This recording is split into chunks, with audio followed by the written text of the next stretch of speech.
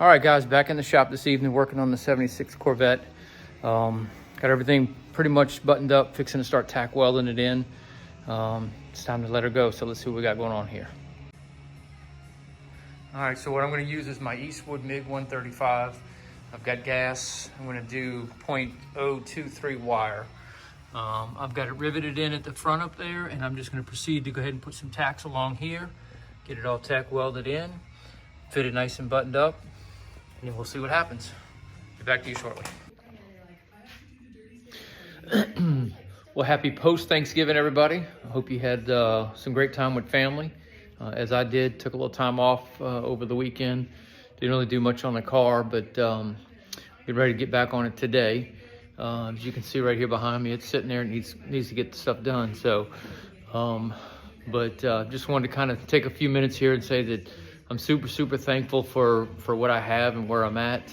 I've got this beautiful truck right here behind me. I've got this Corvette that you guys have been watching me work on. Most importantly is I've got some family that loves me and that I love, and I'm super thankful for them. So hope you're thankful as well. But now back to the car. So I'm getting ready to jump back on it. Let me turn this around and show you what I'm doing. All right, so what's gonna happen here today is I'm gonna start putting some more tack welds in here.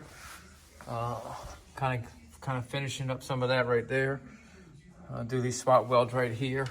When I get to this spot right here, it's kind of got a lip, so I'm gonna weld it in real good, and then I'm gonna come on the back side and push it in and beat it in somehow to get it back over this way a little bit. I don't know how I missed that when I was first fitting it, but it didn't fit so well right there now that I'm looking at it. So I'll get that all fitted in and get that good to go. Kind of coming along slowly but surely, but I'm getting it. All right, here's where we're at. Did a little tack welding, button it in. I was gonna grind up these welds before showing this, but you know what?